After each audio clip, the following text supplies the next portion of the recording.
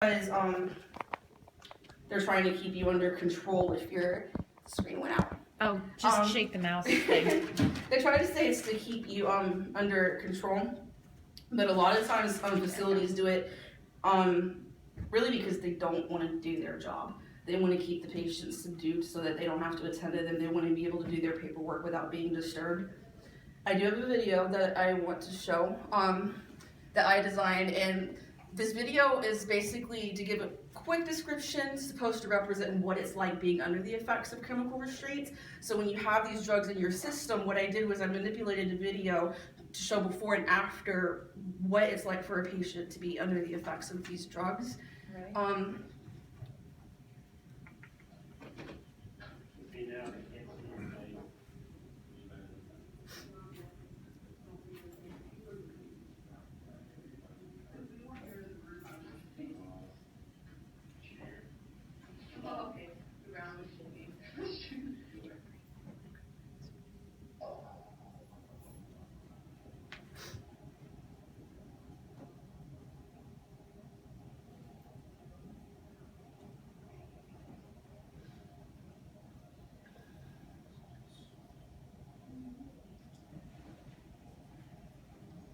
It's the same clip, both parts of the video. One represents being clear-minded and free of drugs. The second represents what happens after doctors or nurses give you an injection or pills against your will.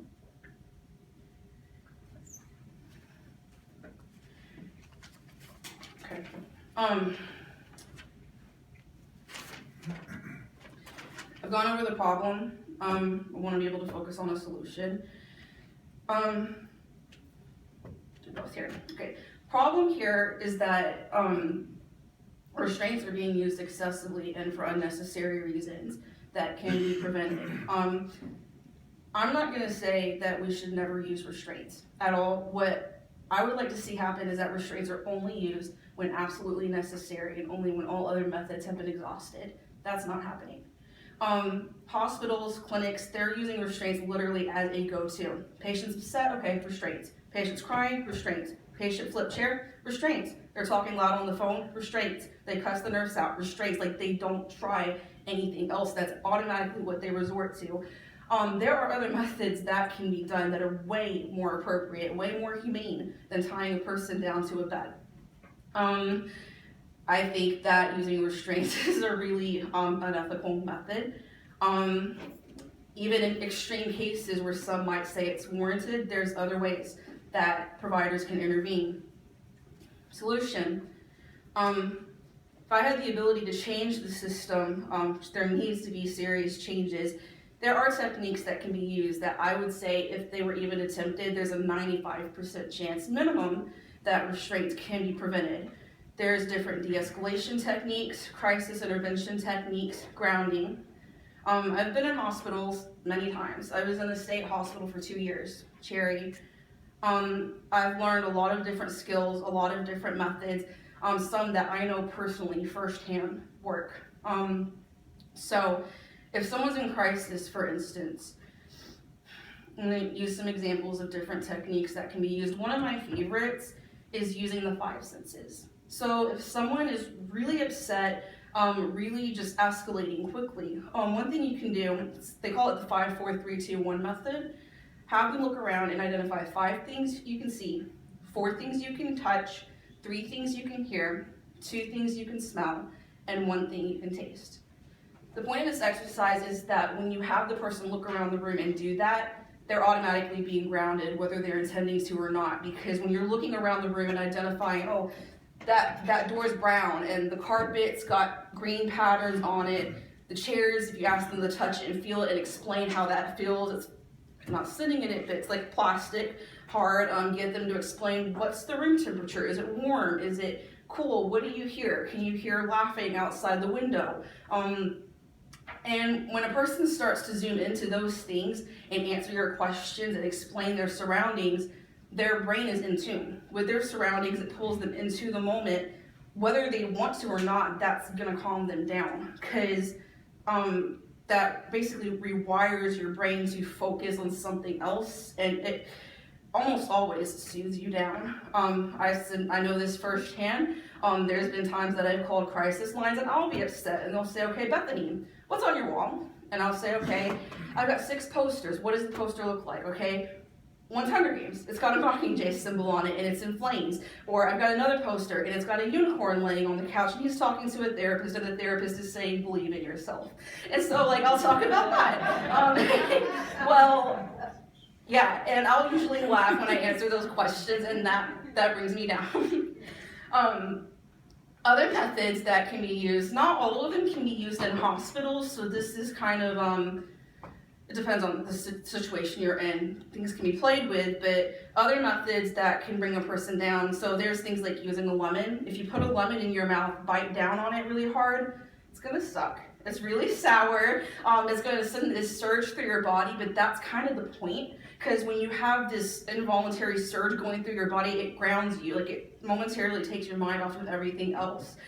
Same as ice, take ice in your hand, squeeze it, that's something that can easily be done. Give a person a stress ball, let them throw it into the wall over and over again. Things like this force your brain and your nerves to zoom into the moment. Breathing techniques. I think one of my favorite breathing techniques, I call it the birthday cake one. So you have the person close their eyes and you have to envision first when you're breathing in, like typical breathe in, breathe out methods, but when you're breathing in the scent of your favorite birthday cake.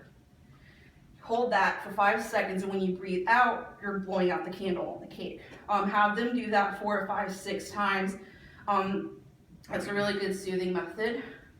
The square technique. Have a patient close their eyes, imagine that they're looking at a square, breathe 4 times, and as they're doing that, you have to envision that you're tapping the 4 corners of a square. Talking. So what a lot of staff don't realize, people in general, is how powerful words are. Sometimes all a person needs is to be heard. So if someone's upset, if they're mad, if they're crying, if they're screaming, throwing a tantrum, kicking things, hurting themselves, most of the time they just need someone to speak to. If you sit down and listen to them, ask them what's wrong, tell them that you can hear them, that works almost all the time. Like I would use that as a go-to in facilities. I'm going to share another story. So at the beginning of this speech, I referenced the first time that I was in restraints, at the age of 17. I was cutting my arm. So I wasn't just cutting my arm, I was carving a word into it. And that word was no. There's multiple sides to every story, and the truth is always complicated. In many instances, people don't know the whole truth, and that makes things difficult. That day on that unit, the reason I was cutting my arm was because I had just left a treatment team meeting with my doctor, social worker, and mom. And I found out that they were going to be discharging me in 2 days. And I didn't want to go home. They didn't know that. They didn't know the reason why, but there was a reason. I was deliberately trying to get away from home, actually. I ran away. That was the reason why I tried to kill myself. I was hoping to go to a group home. And when I found out that they weren't going to send me to a group home, they were going to send me back to where I came from, I freaked out. And so I was sitting there digging the word no into my arm. The staff yelled at me. They called me names. They told me to quit misbehaving. I was trying to get attention. I was being immature. They raised their voices. Instead of offering to help me, instead of asking me, why are you doing this? What's going on? Bethany, can you explain this to us? They yelled at me. They raised their voices. They told me to cut it out. They said, if you don't stop, we're going to tie you down to a damn bed. You're going to cooperate or you're going to regret it. They told me I would be punished if I didn't chill out. But they never did. They never once stopped to try to figure out what was actually wrong with me. They had asked me, there is a chance that I would not have waited until the age of 21 to tell someone that I was being sexually abused. And that probably would have helped them when they decided to put me in restraints and I was screaming my head off saying, no, no, please, no, someone help me, no. They had to give me injections because I was freaking out so much. I was terrified. I was not diagnosed with PTSD yet. That diagnosis didn't come until 2 years later. But basically, they were forcing me into a situation that was triggering me, and they forced me into this situation. What they were doing to me, that was the situation I was trying to get away from. That was why I was doing what I was doing to begin with. It really defeated the purpose. There was a poem that I wrote that kind of complements that scenario a little bit, and I'm hoping will help get a message across. So, can't move my feet, can't move my hands, can barely turn my head. Lying so humiliated, wishing I was dead. You have no idea what you're dragging in my brain. The memories, the images, the agony, the pain. You tell me I'm pathetic, that I'm simply acting out. You claim I want attention, you assume without a doubt. Here's the thing, you're quick to judge the reckless things I try, but not once have you stopped to question all the reasons why. Read between the lines, find another way. Instead of using brutal force, please ask me why I'm not okay.